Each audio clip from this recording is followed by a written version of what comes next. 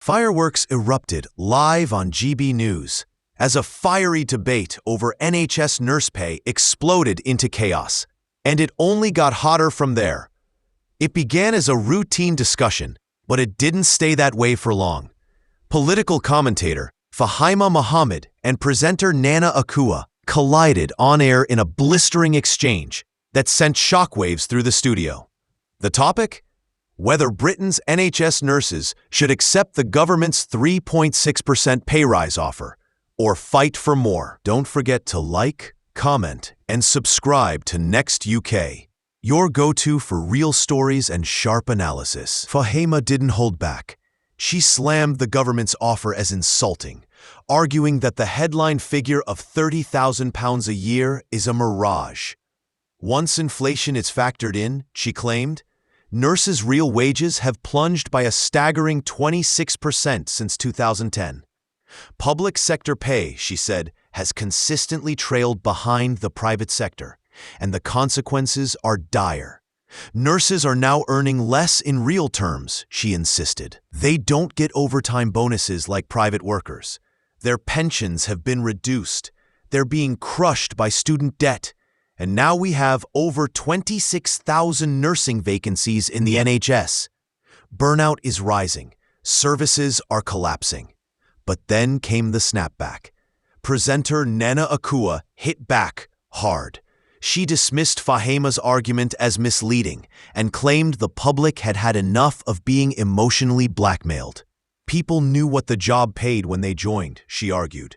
We're all taxpayers. We fund the NHS. If they want more money, maybe we should start privatizing parts of it like in Australia. And it didn't stop there.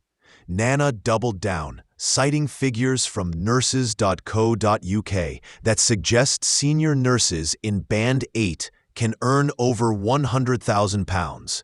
She even brought doctors into the firing line, accusing some of greed after their 29% pay demands and warning that strikes had already cost lives during the last wave of industrial action. I spoke to a doctor, she said. Within a year, they were earning £57,000. Consultants can earn up to £3,000 an hour during strikes. Let's get real. The atmosphere turned electric as Fahima attempted to defend NHS staff, arguing that better pay would help recruitment, reduce staff shortages, and protect the health system. Nana fired back with a sobering reality. If you don't like it, there are options. But this is a taxpayer-funded service. We can't have everything. And maybe, like the army and police, nurses shouldn't be allowed to strike at all. The two women talked over each other. The heat in the studio was palpable. Then came the final blow. If nurses want more money, Nana said, they need to accept the trade-off. That means changing the very foundation of the NHS. You can't have a free health system and sky-high wages. Silence followed. Then, GB News opened the floor to viewers. The show is nothing without you, the host declared. And now, the spotlight turns to you. Should NHS nurses accept the 3.6% pay rise? Or are they right to fight for more? Do you believe the NHS should remain free at the point of use? Or is it time to rethink the model entirely? Tell us in the comments below. Like, share, and don't forget to subscribe. This debate is far from over. I think I started on 15, or was it £12,000? Well, I'm afraid when you go into this profession, you have a duty of care. And we've seen what's happened with the resident doctors. They're now wanting the 29%. I mean, and now the nurses are seeing that. And if you give them what they want, they'll come back for more. And this government has done it totally the wrong way. And this is why we've got the problems. And you know, we could see this coming. We could see this coming. And you know what worries me? People are going to die. And as I said, from the last strikes that happened with the resident doctors, 5 people actually did die.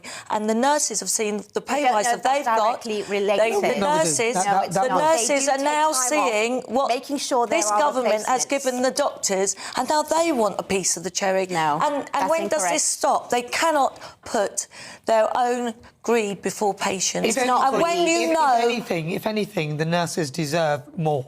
I do agree they deserve more, and I think the doctors are actually greedy.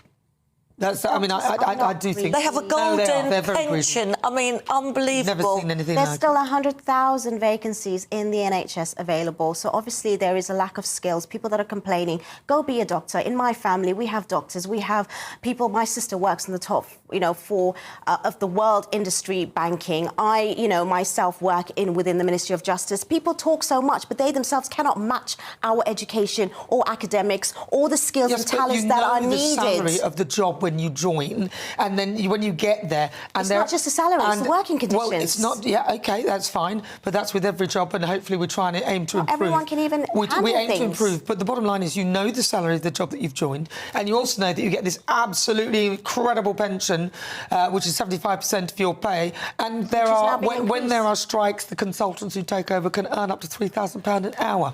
Let's get real with this. Yeah. They're joining the National Health Service, so there has to be a realistic approach because we're paying for it. If they don't want it to be that way, then it can be privatised, part privatised quite heavily, like other countries like Australia. What reform wants to do. Like Australia, where they can be paid more. So the point is, you can't have both. You can. No, you can't. Where in the world, Fahima, do we have an NHS just like ours, where people have been paid a lot of money? It's not about that. No, at the end of the answer day, the question. You said we can have both. If the UK I'm saying no, is at the forefront answer the question. of that... I said, no, not at the forefront, forget that. I said we have an NHS which is paid for by the taxpayers. Don't forget to like, comment, and subscribe to Next UK, your go-to for real stories and sharp analysis.